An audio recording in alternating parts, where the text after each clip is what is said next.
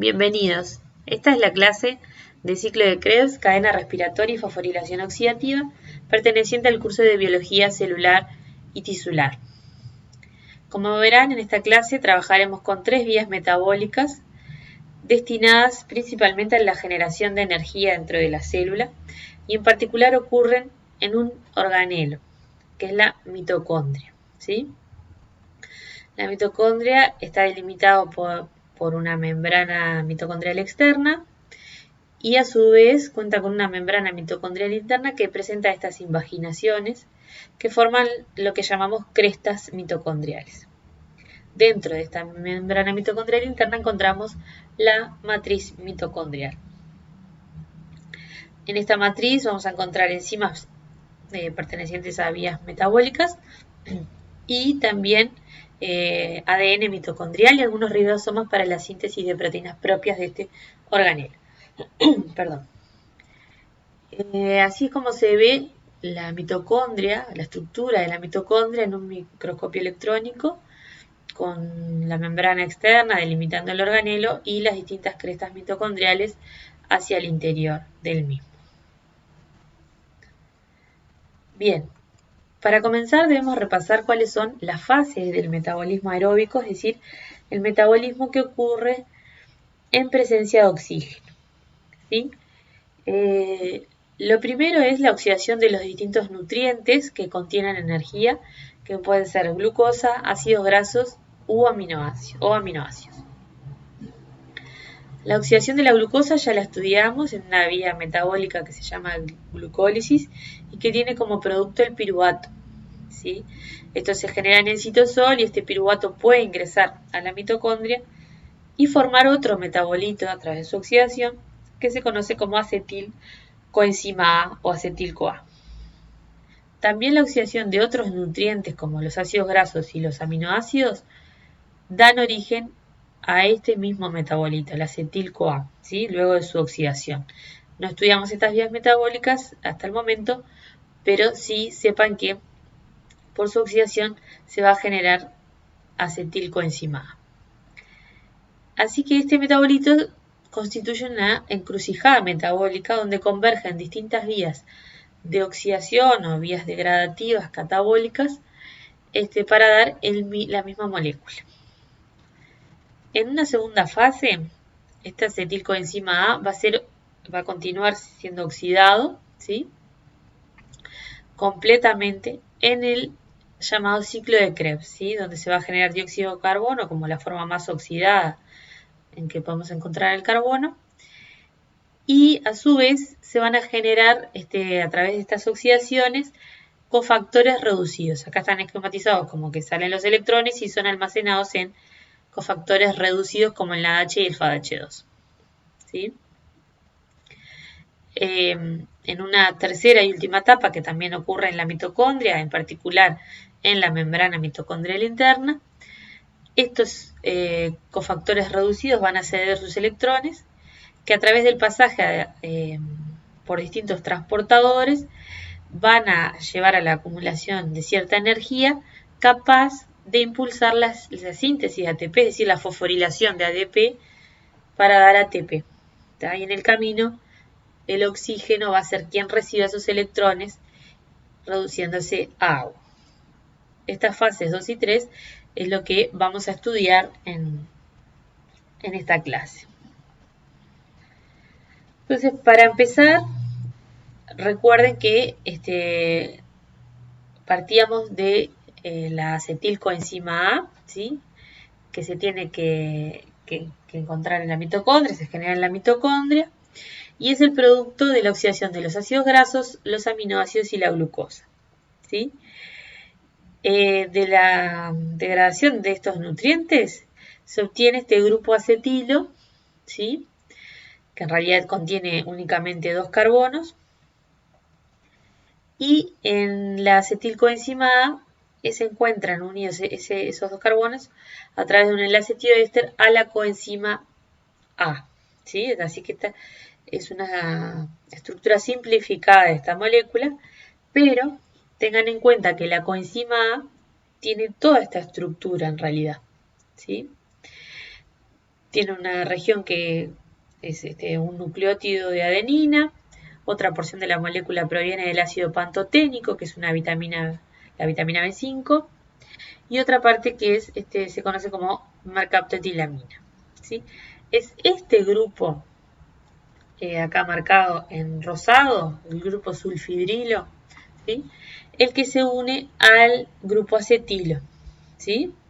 El que forman el enlace tioéster. ¿Para qué se une esta molécula al grupo acetilo? Bueno, para su activación, para activarlo para las reacciones que vienen, digamos, o que le permiten seguir siendo oxidado al acetil-CoA.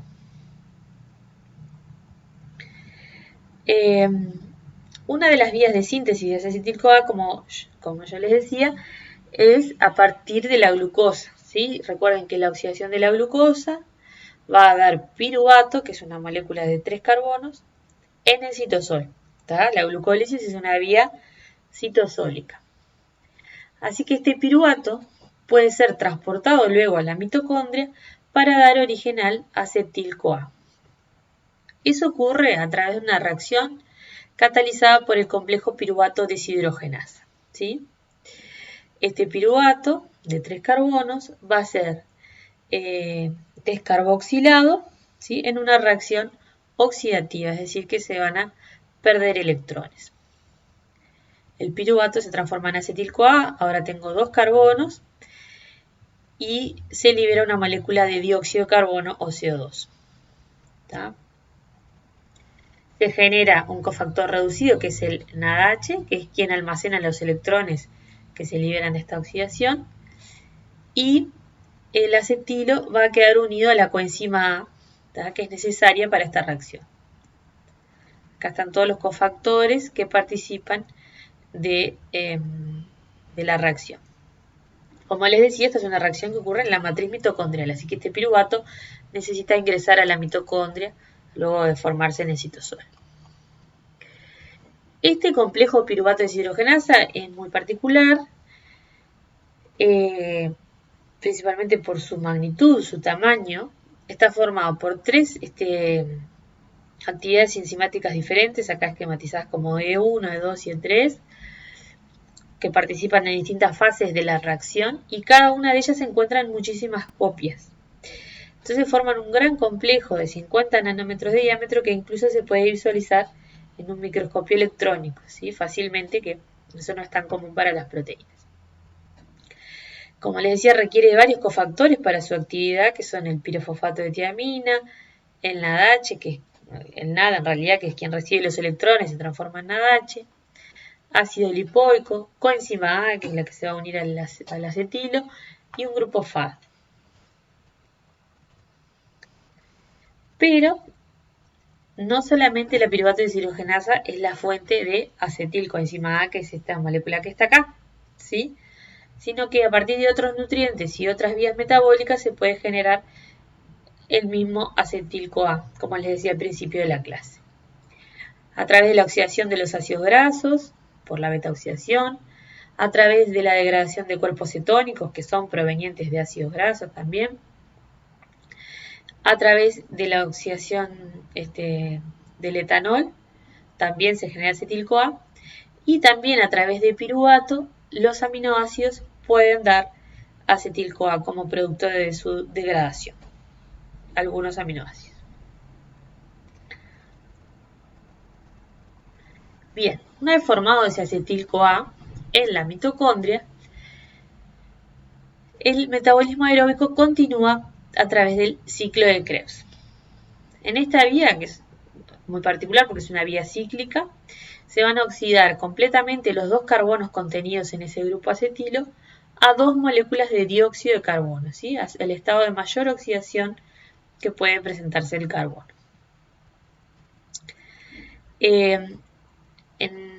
Para comenzar este ciclo, el grupo acetilo del acetil-CoA va a reaccionar con el oxalacetato, 2 carbonos más 4 carbonos del oxalacetato, se van a condensar y formar una molécula de citrato, ¿tá? O ácido cítrico, y ese es el que le da el nombre al ciclo de Krebs, que también se llama ciclo de ácido cítrico o de los ácidos tricarboxílicos, ¿tá? Porque son ácidos con 3 grupos ácido carboxílico.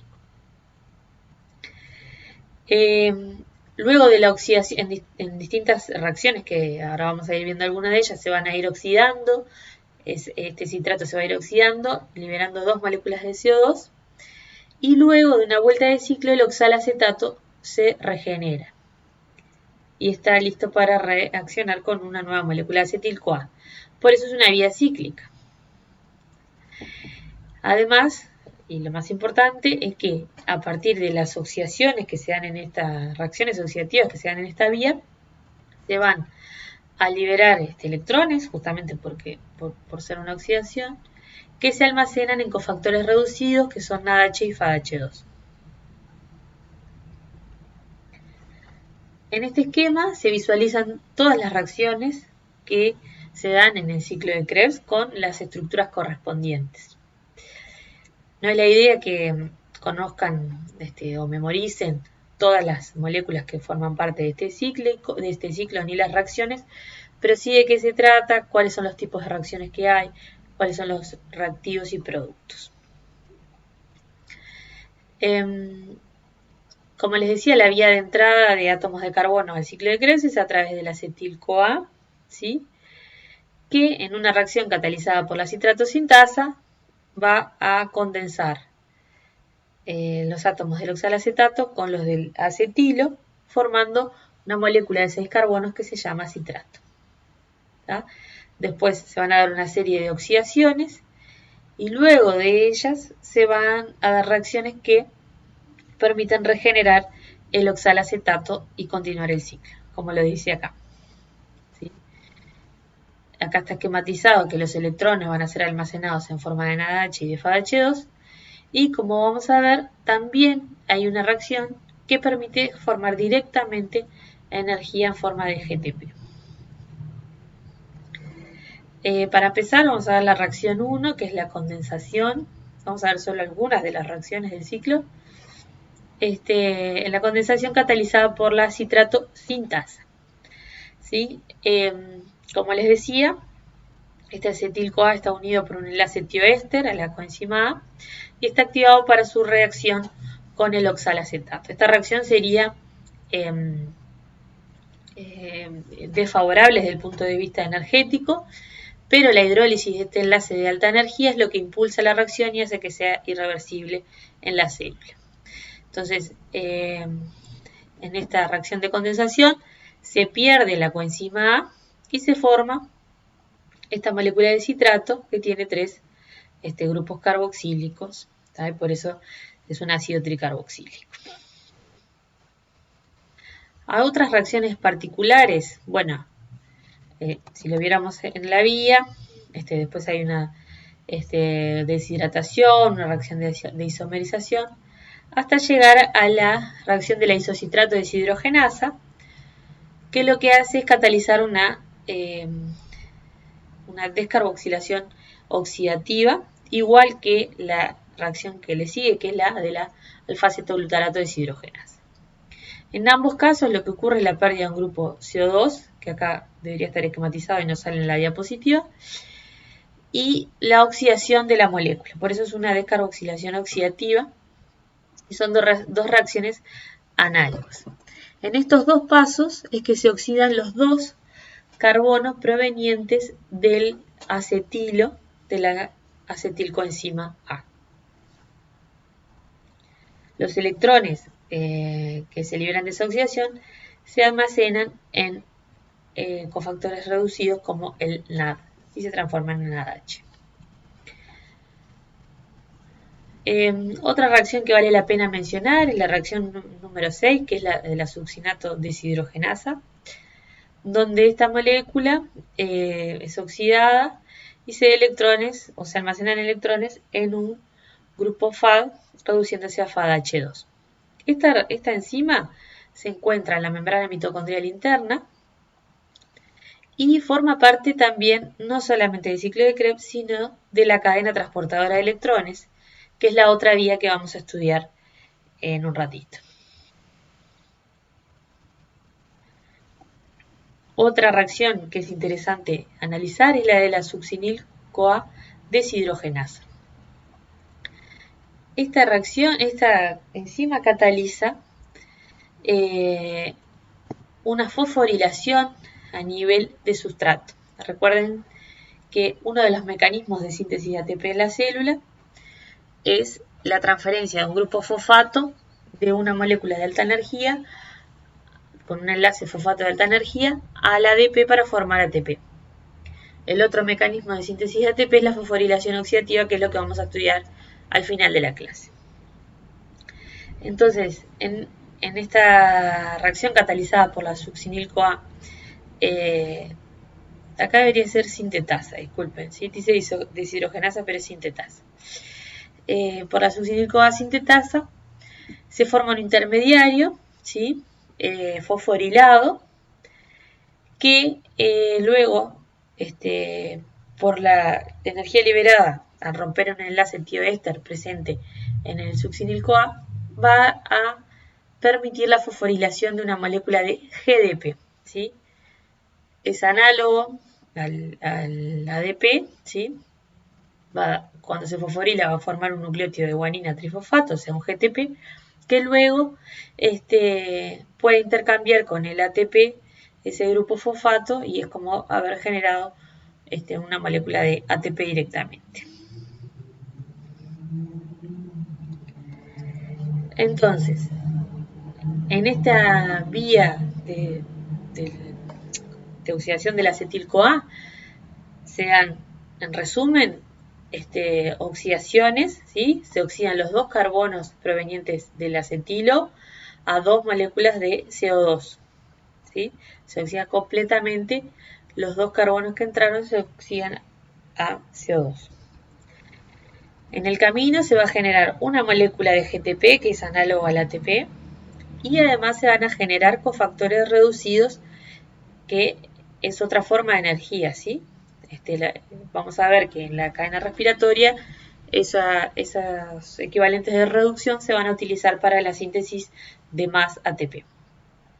En cada vuelta del ciclo se van a generar 3 NADH o 3 moléculas de NADH y una de FADH2. Vale la pena mencionar que este ciclo del ácido cítrico, que lo estamos viendo como una vía catabólica oxidativa, en realidad tiene otro rol, que es en la biosíntesis. Por eso se dice que el ciclo de Krebs no es puramente catabólico, sino que es anfibólico. Participa de reacciones catabólicas y anabólicas. ¿Por qué? Porque a partir de algunos de sus intermediarios se pueden sintetizar otras moléculas, es decir, son precursores biosintéticos. Por ejemplo, a partir del alfa-cetoglutarato se pueden formar ciertos aminoácidos. El citrato es el precursor para la síntesis de ácidos grasos y esteroides. El succinil-CoA participa en la síntesis de las porfirinas y del grupo hemo en aquellas proteínas, hemoproteínas. Y bueno, también se pueden formar las pirimidinas pertenecientes a los nucleótidos, ¿sí?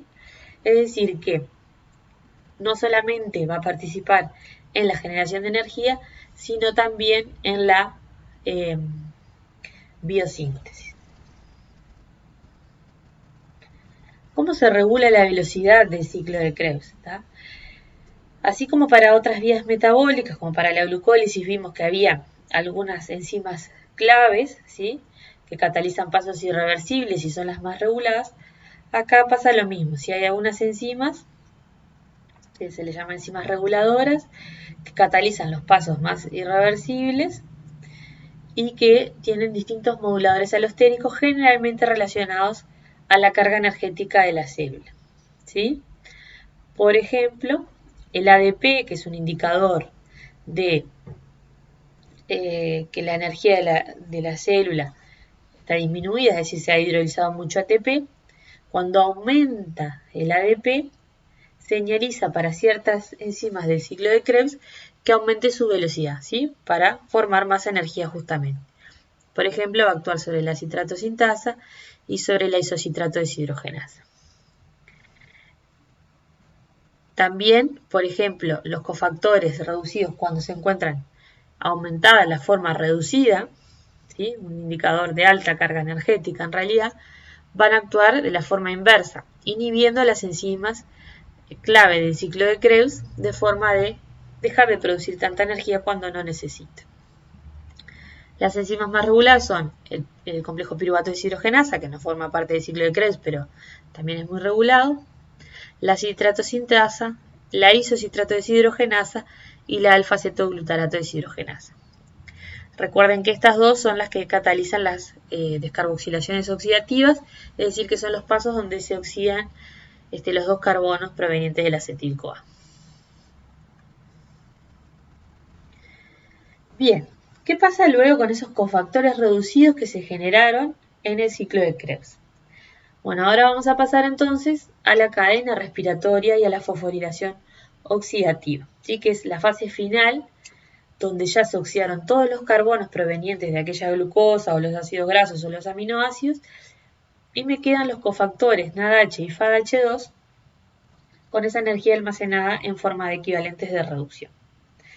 En resumen, lo que va a ocurrir es que estos electrones van a ser transferidos o transportados a través de distintos transportadores hasta el oxígeno. Voy a tratar de explicarles en las diapositivas que siguen cómo eso después se transforma en energía para la síntesis de ATP. Primero veamos qué son los componentes de la cadena respiratoria. La cadena respiratoria es una vía metabólica que ocurre en la membrana mitocondrial interna. ¿Por qué? Porque los complejos o proteínas que participan de esta vía metabólica son complejos alojados en la membrana, en la bicapa que forma la membrana mitocondrial interna. Los nombres son complejo 1, 2, 3 y 4, ¿sí? Tienen un nombre más largo relacionado a la reacción que cataliza. El complejo 1 es NADH deshidrogenasa, porque lo que hace es oxidar el NADH. El complejo 2 es la succinato deshidrogenasa, porque lo que hace es oxidar el succinato. Y además a esta ya la conocemos. Es la que yo les dije que es común al ciclo de Krebs y a la cadena respiratoria. El complejo 3 se conoce como ubiquinona citocromo C óxido reductasa, un poco más difícil, ¿sí? Porque lo que hace es transferir electrones de la ubiquinona al citocromo. Y el 4 es la citocromo C oxidasa, que lo que hace es oxidar el citocromo.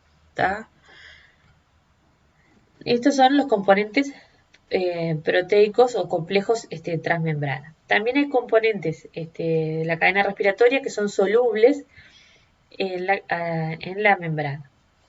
Una es la ubiquinona, que la esquematizamos como Q, o le decimos coenzima Q también, y el citocromo C, que es una pequeña proteína que se encuentra en la cara que da hacia el espacio intermembrana, entre la membrana interna y la externa.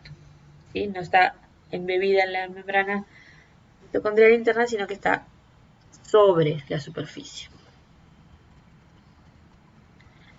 Bueno, entonces lo que va a ocurrir en esta vía metabólica es la transferencia de electrones.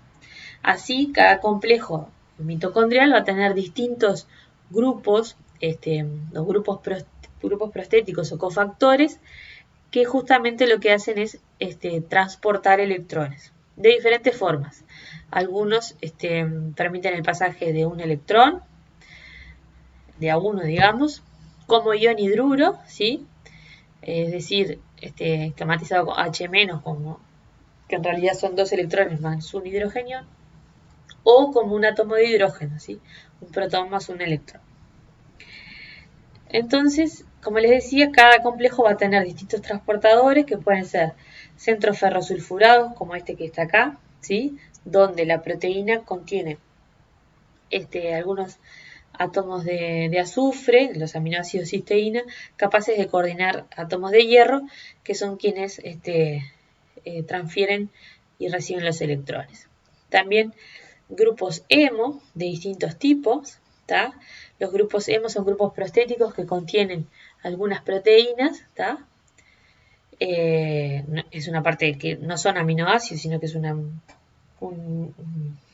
molécula orgánica que tiene un hierro central capaz de recibir electrones y darlos también. Otros complejos tienen grupos FADH2, que ya lo vimos en otras clases, capaces también de recibir y dar equivalentes de reducción. Pero ¿cómo pasan los electrones de un complejo al otro? ¿Tá? Nosotros los dibujamos en este esquema donde vemos la membrana mitocondrial, vemos los distintos complejos que tienen números y que los electrones se van pasando de un complejo al otro. ¿Sí? Del complejo 1 a la ubiquinona, del complejo 2 a la ubiquinona, desde esta ubiquinona al complejo 3 y desde el complejo 3 a través del citocromo al complejo 4. Pero en la mitocondria y en la célula no hay números y las proteínas en la mitocondria no se disponen así de forma ordenada. ¿tá? Así que los electrones recorren el camino a través de estos transportadores de acuerdo al potencial de reducción. ¿sí?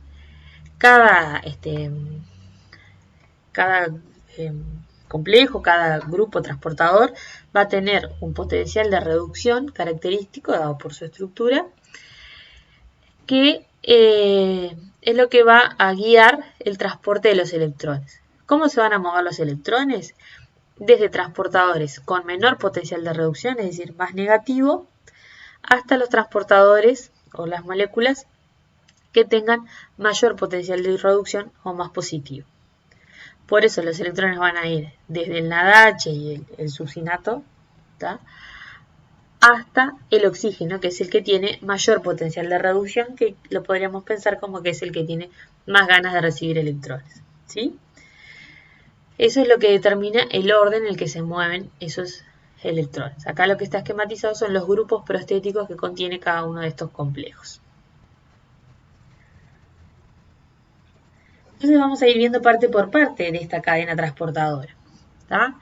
En la primera parte tenemos el complejo 1, ¿sí? que es el complejo NADH deshidrogenasa, que recibe electrones del NADH ¿sí? y se los pasa a la ubiquinona. ¿De dónde salió este NADH? De todas las reacciones oxidativas que vimos que generan cofactores reducidos, como el ciclo de Krebs, la reacción de la piruvato deshidrogenasa, incluso reacciones que son citosólicas, pero pueden aportar equivalentes de reducción al NADH. Después, el complejo 2 o succinato deshidrogenasa también es capaz de ceder electrones a la ubiquinona, pero en este caso van a provenir directamente del ciclo de Krebs. ¿tá? Recuerden que el succinato es uno de los intermediarios del ciclo de Krebs, que en su oxidación va a generar FADH2 reducido. Bueno, esos electrones van a ir a parar a la ubiquinona. Bien. También equivalentes de reducción provenientes del citosol van a converger en la ubiquinona a través de la glicerol 3-fosfato deshidrogenasa, en lo que vamos a ver ahora después.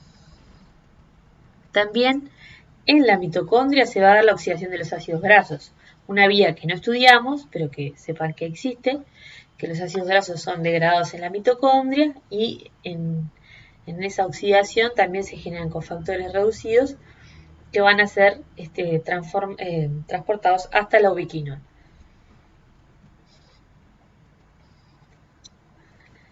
Como les decía, los cofactores reducidos que se generan en el citosol a través de la glucólisis son transferidos a la cadena respiratoria mitocondrial por este sistema de la glicerol 3-fosfato deshidrogenasa. El NADH reducido es capaz de reducir a esta molécula y formar el glicerol 3-fosfato, y el glicerol 3-fosfato va a reducir un FADH2, que es quien en último término transfiere los electrones a la ubiquinona. ¿Pero qué es la ubiquinona o la coenzima Q? Es esta molécula orgánica, ¿tá? que en realidad tengan en cuenta que acá este grupo se repite 10 veces, así que es bastante larga, e hidrofóbica, ¿tá? que se encuentra soluble en la membrana mitocondrial interna, es decir, que tiene movilidad dentro de la bicapa. Es capaz de recibir un electrón y formar el radical semiquinona, y si recibe dos electrones forma el ubiquinol, que es la forma totalmente reducida. Luego, la coenzima Q va a continuar el camino de los electrones, los va a transferir al complejo 3 y luego este complejo 3 los transfiere el citocromo C, que es esta pequeña proteína que se encuentra soluble en el espacio intermembrana. Finalmente, el complejo 4 va a recibir los electrones del citocromo C y transferirlos al oxígeno. En esta reacción, donde el oxígeno termina siendo reducido a agua al aceptar esos electrones.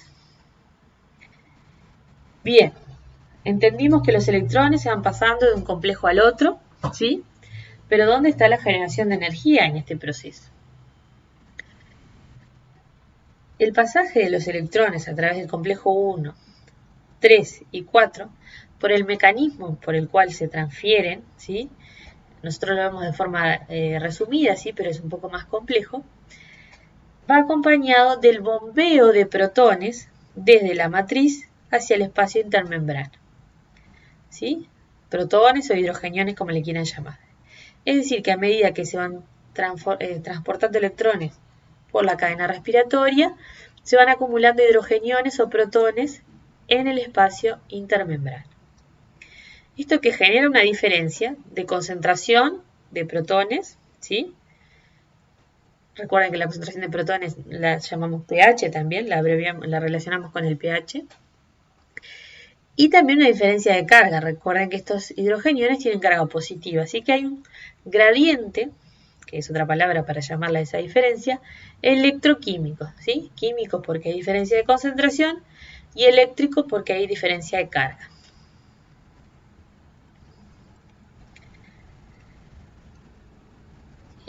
Cuando se oxida una molécula de NaDH se van a bombear 10 protones, porque tenemos los protones del complejo 1, complejo 3 y el complejo 4.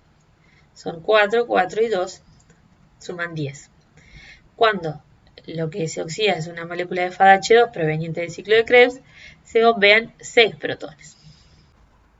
La teoría quimiosmótica dice que es ese gradiente electroquímico que se genera a través de la membrana mitocondrial interna el que impulsa la síntesis de ATP. ¿Por parte de quién? Por parte de este complejo que se conoce como ATP sintasa. Los hidrogeniones o protones que se acumulan en el espacio intermembrana por el bombeo dado por los distintos complejos no pueden atravesar la membrana mitocondrial interna así nomás, ¿sí? Esta membrana es impermeable a esos hidrogeniones y por eso es que se da esa acumulación o esa diferencia de concentración y de carga a través de esta membrana. La vía de entrada de estos hidrogeniones va a ser justamente el complejo ATP sintasa, que ofrece un canal para la disipación de ese gradiente, es decir, va a permitir la entrada de protones a favor de su gradiente, un proceso energéticamente favorable, y esa energía liberada en ese proceso es la que va a impulsar la síntesis de ATP, la fosforilación del ADP con fosfato inorgánico para formar ATP. Este proceso se conoce como fosforilación oxidativa, ¿sí? Es el mecanismo más importante de síntesis de ATP en una célula con mitocondrias, ¿sí? El otro mecanismo que vimos para la síntesis de ATP es la fosforilación a nivel de sustrato. En este caso se trata de una fosforilación oxidativa porque la fuerza proton motriz, que así la vamos a llamar, que impulsa la síntesis de ATP, depende de la oxidación de distintos sustratos para formar el gradiente electroquímico. El complejo ATP sintasa tiene una estructura y un mecanismo catalítico complejo. Tiene una región que es intermembrana, es decir, se encuentra alojada en la membrana mitocondrial interna, y una porción que es donde ocurre la catálisis propiamente dicha, que está orientada hacia la matriz mitocondrial. Brevemente, esta porción llamada F1 está compuesta por subunidades alfa y beta alternadas, ¿sí? Que tienen un mecanismo catalítico rotacional. ¿Qué quiere decir? Que van a catalizar la síntesis de ATP por turnos, podríamos llamarle así, ¿sí? Esta proteína va a ir cambiando la conformación de cada una de estas subunidades. Una conformación va a tener afinidad por el ADP, sin fosforilar. Otra conformación va a tener afinidad por el ATP, ya fosforilado. Y otra conformación de las subunidades va a tener afinidad, no va a tener afinidad por el ATP. Entonces, es justamente el pasaje de los electrones a través de una especie de canal que forma la proteína, el que va a permitir e impulsar ese cambio conformacional, ¿tá? De forma de poder alternar y liberar al ATP de la unión a esta conformación que tiene alta afinidad, pasar a una conformación que tiene poca afinidad y liberar el ATP a la matriz mitocondrial, que es el fin último de justamente la fosforilación oxidativa. Acá lo que vemos es un esquema, un dibujo de la misma proteína con su porción transmembrana y la parte catalítica, ¿sí? Y desde el espacio intermembrana hacia la matriz mitocondrial es que se da el pasaje de los protones a favor de su gradiente.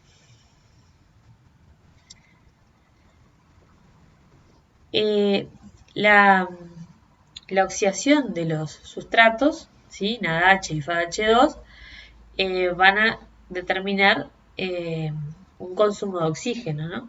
Nosotros vimos que los electrones que van a ceder estos cofactores van a ir a parar al oxígeno. Entonces, si pudiéramos medir a partir de un preparado de mitocondrias la velocidad de consumo de oxígeno, veríamos que en presencia de estos sustratos la concentración de oxígeno iría disminuyendo, ¿sí? Porque se va a ir reduciendo a agua. También podemos medir la cantidad de ATP que se forma por unidad de tiempo, la velocidad de síntesis de ATP, mediante, por ejemplo, el uso de fósforo marcado. Y de esta manera se puede establecer una relación entre la velocidad de síntesis de ATP y la de consumo de oxígeno para distintos sustratos. Eso ya ha sido determinado para el NADH y para el FADH2, ¿sí? Y esa relación dice que por cada molécula de NADH que se oxida, se van a formar 2,5 moléculas de ATP. O lo que es lo mismo, por cada mol de NADH se forman 2,5 moles de ATP. Eso resulta justamente de medir la cantidad de oxígeno que se consume en relación, la cantidad de fosfato que se incorpora al ATP versus la cantidad de oxígeno que se consume. Esa relación es menor para el caso del FADH2. En este punto debemos recordar que por cada NADH se bombean más protones hacia el espacio intermembrana, es decir, va a haber más fuerza protomotriz que para el caso del FADH2. Podemos repasarlo en este esquema, que el NADH va a entrar a través del complejo 1, los electrones provenientes del NADH, y va a determinar el bombeo de protones por el complejo 1, 3 y 4. Mientras que los electrones provenientes del succinato, que van a entrar a través del FADH2 y el complejo 2, va a determinar el bombeo de los protones por el complejo 3 y 4. Así que por eso esta diferencia en cuanto al rendimiento de ATP. Bueno, ¿de qué va a depender la velocidad de la síntesis de ATP? Esto va a depender de la disponibilidad de estos sustratos reducidos, que son NADH y FADH2, y eso depende directamente de la disponibilidad de nutrientes para su oxidación que determinen la formación de estos cofactores reducidos. También es necesario que haya disponibilidad de ADP, ¿sí? Cuando aumenta la concentración de ADP es un indicador de baja carga energética celular porque ya se hidrolizó gran parte del ATP. Entonces, para aumentar la velocidad de síntesis de ATP, tiene que aumentar la disponibilidad de este sustrato. Un ensayo muy común para medir la actividad de distintos preparados mitocondriales, algo que se hace en laboratorios de bioquímica para estudiar el funcionamiento de estos organelos es medir el consumo de oxígeno en un oxímetro, ¿tá? Un electrodo capaz de registrar la concentración de oxígeno y su variación. Este es un gráfico típico donde se mide el consumo de oxígeno en función del tiempo y donde se agrega, por ejemplo, a un preparador de mitocondrias este nutriente, el succinato, ¿sí? El succinato va a aportar electrones a través del complejo 2 llamado succinato deshidrogenasa. Recuerden. Esto va a determinar una caída leve de la concentración de oxígeno por el aumento del transporte de electrones a través justamente de la cadena transportadora de electrones, que van a ir a parar justamente al oxígeno y se va a reducir a agua. Si además agrego sustrato para la ATP sintasa, esa velocidad va a aumentar, esa velocidad de consumo de oxígeno va a aumentar mucho. ¿Sí? Lo que veo es una gran caída de la concentración de oxígeno porque aumenta la velocidad con la que se consume. En definitiva, el ADP lo que hace es estimular a la ATP sintasa, porque es su sustrato, y va a disipar el gradiente electroquímico. ¿Sí? Va a permitir el pasaje de los protones. Como contrapartida, la cadena transportadora de electrones va a aumentar la velocidad con la que justamente realiza ese transporte de electrones y en definitiva va a aumentar el consumo de oxígeno. Como vemos, la síntesis de ATP y el transporte de electrones son dos procesos acoplados. ¿Sí? Si volvemos al esquema de la mitocondria, cuando la ATP sintasa aumenta su velocidad, va a hacer que aumente la velocidad de transporte de electrones. Y viceversa. Entonces, volviendo a nuestro ensayo, supongamos ahora otro escenario con un gráfico del mismo tipo, donde ahora agrego sustratos para el complejo 1, piruvato y malato, que van a aportar NADH y equivalentes de reducción para el complejo 1. Cuando yo agrego ADP en la línea celeste, lo que veo es lo esperado, ¿no? Al agregar sustrato para la ATP sintasa, aumenta la velocidad de la cadena transportadora de electrones y por lo tanto también el consumo de oxígeno. En ese caso, cuando la mitocondria hace lo que tiene que hacer, digamos, o es funcional, decimos que está acoplada. Es decir, la síntesis de ATP está acoplada al transporte de electrones. Si al agregar sustrato para la ATP sintasa no existe ese aumento o ese cambio dependiente en el consumo de oxígeno, decimos que la mitocondria está desacoplada, que el pequeño consumo de oxígeno que vemos no depende de la síntesis de ATP. Esa mitocondria no es funcional desde el punto de vista justamente de la síntesis de ATP. Y eso puede deberse a distintos motivos.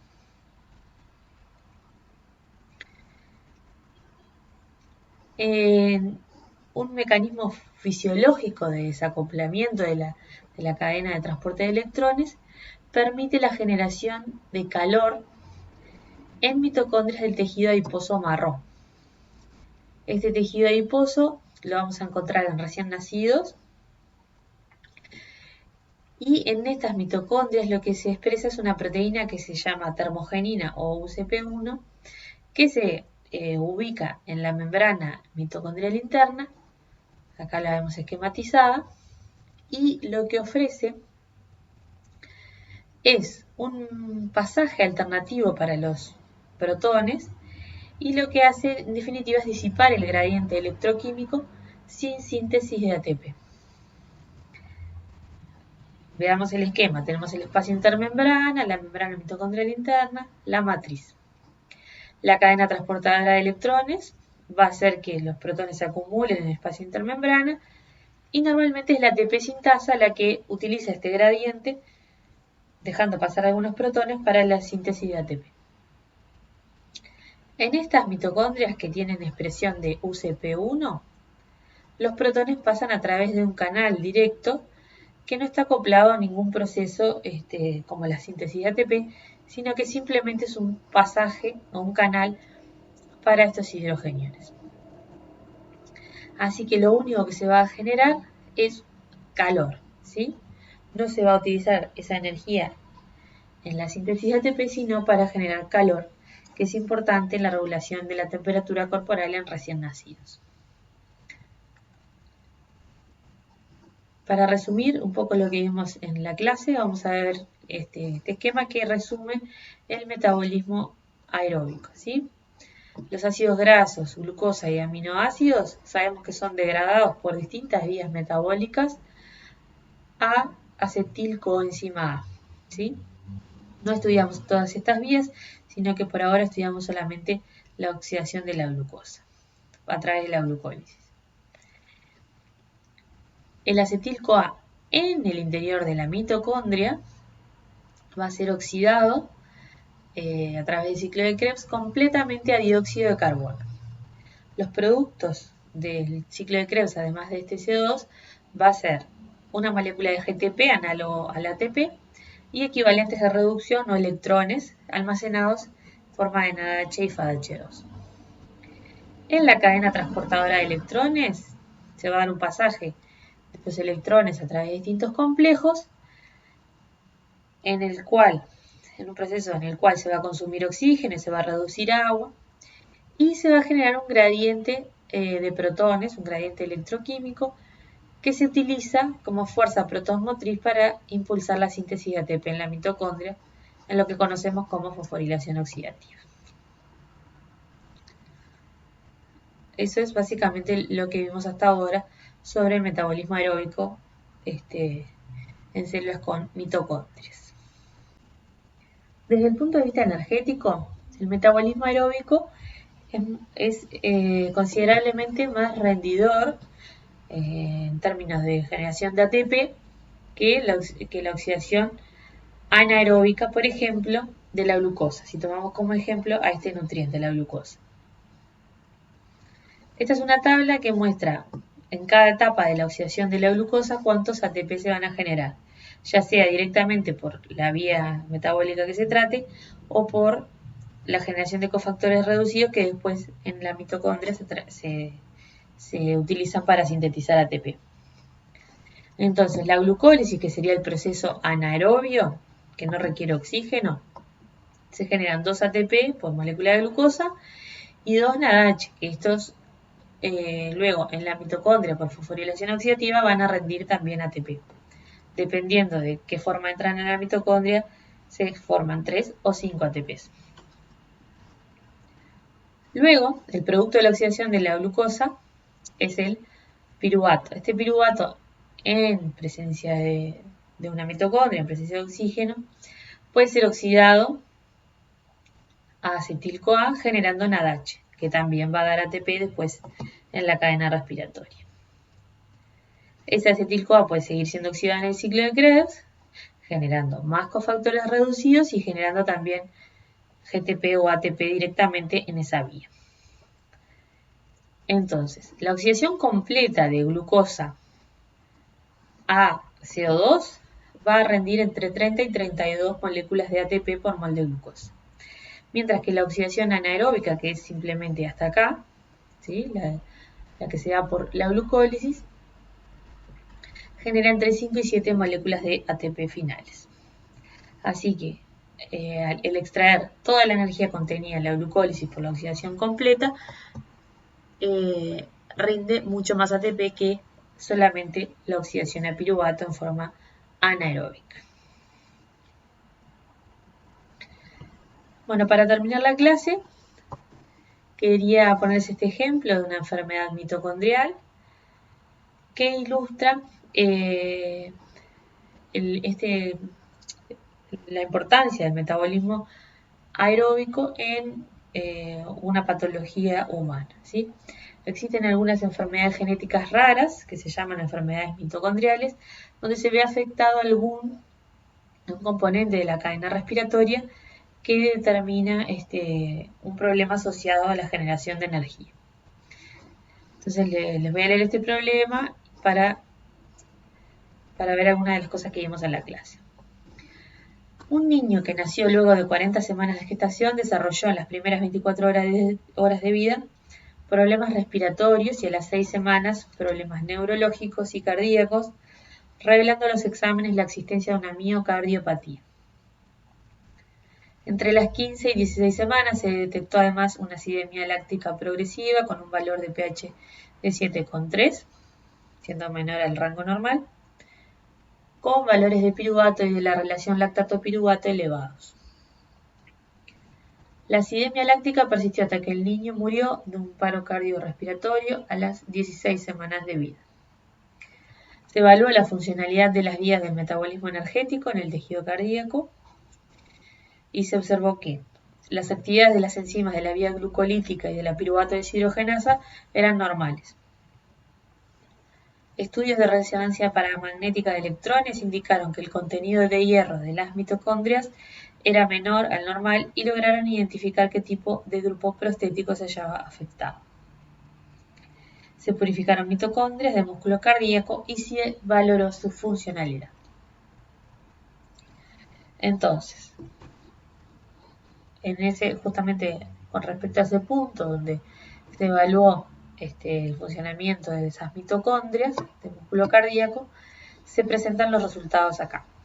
La gráfica A presenta el consumo de oxígeno mitocondrial en función del tiempo en presencia de piruvato y malato antes y después de agregar 7,2 micromoles de ADP. Así que en la gráfica A vemos las mitocondrias del músculo, se agrega sustrato para el complejo 1, ¿sí? Existe cierto consumo de oxígeno basal. Cuando agrego ADP no hay cambio en esta pendiente. En la gráfica B se presenta el consumo de oxígeno mitocondrial en función del tiempo en presencia de succinato antes y después de agregar 7,2 micromoles de ADP. Acá tenemos las mismas mitocondrias, pero ahora se agrega succinato que va a aportar electrones a través del complejo 2. Lo que veo es que aumenta el consumo de oxígeno y además cuando agrego ADP aumenta aún más esa pendiente, es decir, aumenta más la velocidad de consumo de oxígeno. Según lo que vimos en la clase, vemos que las mitocondrias están acopladas cuando, al agregar ADP, sustrato para la ATP sintasa, va a aumentar la síntesis de ATP y lo vamos a ver reflejado en el consumo de oxígeno, porque se acelera la velocidad de la cadena de transporte y por lo tanto del consumo de oxígeno. Eso ocurre solamente cuando agregamos sustrato para el complejo 2 y no para el complejo 1. Lo que nos da a entender este ejemplo de esta patología es que el problema que padece este recién nacido está relacionado a un defecto en el complejo 1-NADH deshidrogenasa. Entonces, con respecto a las preguntas que nos hacen, ¿qué conclusiones pueden sacar con respecto a la funcionalidad mitocondrial del tejido cardíaco de este niño? Podemos ver que está afectada, ¿sí? Que va a estar disminuida la capacidad de síntesis de ATP porque uno de los complejos no responde al agregado de ADP, ¿no? El complejo 1. Esas mitocondrias se encuentran acopladas, son capaces de sintetizar ATP. Podemos decir que se encuentran acopladas para el complejo 2, ¿sí? Porque responden al agregado de ADP en presencia de sustratos para el complejo 2. Pero en presencia de sustratos para el complejo 1 no responde al ADP, así que se encuentran desacopladas para el complejo 1. ¿Son capaces de sintetizar ATP? Sí. Si aportamos electrones a través del complejo 2, se va a poder sintetizar ATP, pero claramente la capacidad total de generar energía en estas células va a estar disminuida. ¿Cuál puede ser la causa de la patología del niño? Bueno, si volvemos a la letra del ejercicio,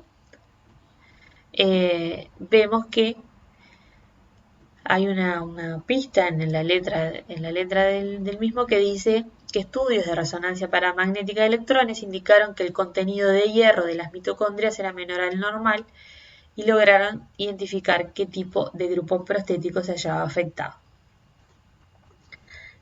Entonces, sabiendo que la afectación está a nivel de complejo 1, podemos prever que algunos de los grupos prostéticos del complejo 1 que contengan hierro van a estar disminuidos, ¿sí? Porque dice que las mitocondrias de estas células tienen menor contenido de hierro del normal. Entonces, como tarea les dejo que revisen a ver qué tipo de grupos prostéticos tiene el complejo 1 NADH deshidrogenasa y que podrían estar afectados en este caso. Bueno, eso es todo para la clase de hoy. Les agradezco su atención y los invito a consultar la bibliografía recomendada para el estudio de este tema.